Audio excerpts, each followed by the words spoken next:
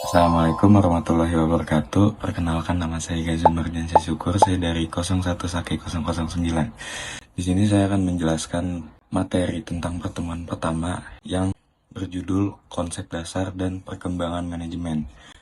Manajemen adalah hal yang sangat penting dalam setiap organisasi, baik organisasi bisnis, pendidikan, maupun pemerintahan. Tanpa manajemen, sumber daya yang dimiliki tidak dapat dimanfaatkan secara optimal. Oleh karena itu, manajemen berperan sebagai proses untuk mencapai tujuan organisasi secara efektif dan efisien. Yang pertama itu ada pengertian manajemen. Berdasarkan modul, manajemen dapat diartikan sebagai proses perencanaan, pengorganisasian, penggerakan, dan pengawasan dalam mencapai tujuan organisasi. Manajemen dilakukan melalui kerjasama dengan orang lain, serta menekankan efektivitas dan efisien dalam penggunaan sumber daya. Yang kedua, itu ada sejarah singkat manajemen. Konsep manajemen sebenarnya telah ada sejak zaman kuno. Salah satunya terlihat pada pembangunan piramida Mesir yang membutuhkan perencanaan dan pengorganisasian yang kompleks. Perkembangan pesat terjadi saat revolusi industri, ketika produksi massal menuntut pengelolaan tenaga kerja dan mesin secara sistematis. Dari sinilah teori manajemen modern. Yang ketiga itu ada perkembangan teori manajemen. Modul menjelaskan bahwa teori manajemen berkembang melalui beberapa aliran. Aliran klasik berfokus pada efisiensi dan produktivitas kerja. Aliran perilaku muncul sebagai kritik dengan menekankan aspek manusia dan hubungan sosial. Selanjutnya, aliran kuantitatif menggunakan pendekatan matematika dan statistik untuk membantu pengambilan keputusan manajerial. Keempat itu ada fungsi manajemen POAC.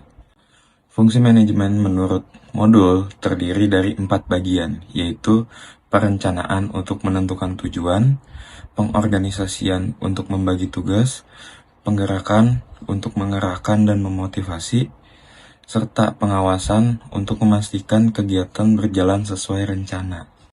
Yang kelima itu ada tujuan dan tingkatan manajer. Tujuan utama manajemen adalah mencapai efisiensi dan efektivitas kerja organisasi. Dalam pelaksanaannya, manajemen dijalankan oleh beberapa tingkatan manajer, mulai dari manajer lini pertama yang mengawasi operasional, manajer menengah sebagai penghubung, hingga manajer puncak yang menentukan kebijakan dan strategi organisasi. Yang keenam itu ada kesimpulan. Kesimpulannya, manajemen merupakan faktor penting dalam keberhasilan organisasi.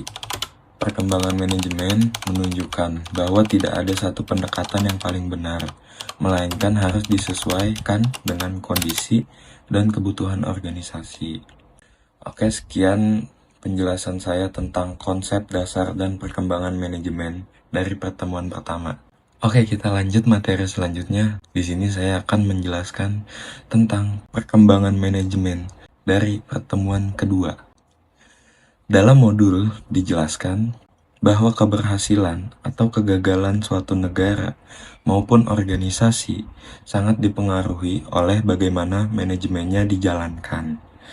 Manajemen berperan mengatur, mengkoordinasikan, dan mengarahkan berbagai sumber daya agar tujuan bersama dapat tercapai. Yang pertama itu ada hubungan administrasi dan manajemen. Menurut modul, administrasi berkata dari kata ad dan ministro, yang berarti melayani dan mengatur. Administrasi atau manajemen merupakan suatu proses yang dilakukan secara teratur melalui perencanaan, pelaksanaan, dan pengawasan untuk mencapai tujuan organisasi secara efektif. Yang kedua itu ada awal perkembangan manajemen.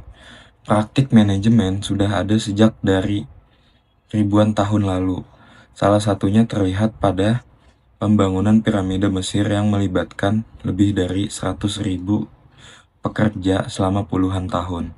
Selain itu, pada abad ke-15, di Venesia sudah ditetapkan sistem pergudangan, pembukuan, dan pengelolaan tenaga kerja yang menjadi cikal bakal manajemen modern.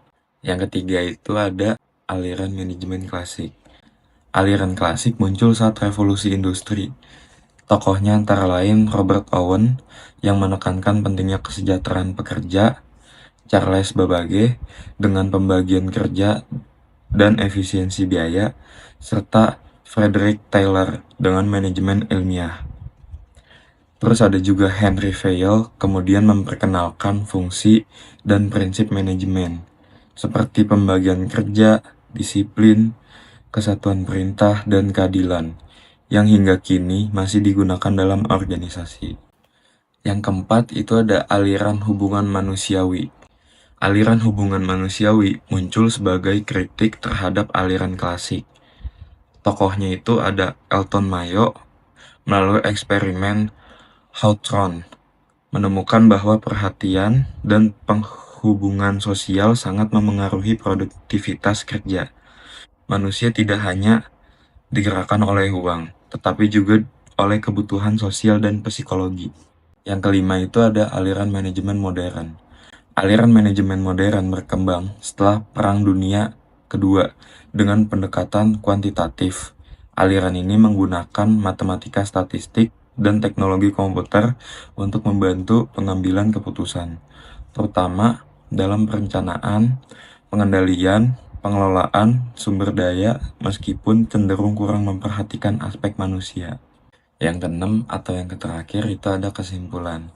Kesimpulannya, perkembangan manajemen menunjukkan bahwa setiap aliran memiliki kelebihan dan keterbatasan. Oleh karena itu, manajer perlu memahami berbagai pendekatan manajemen agar mampu menyesuaikannya dengan kondisi dan kebutuhan organisasi. Sekian penjelasan saya tentang perkembangan manajemen. Wassalamualaikum warahmatullahi wabarakatuh.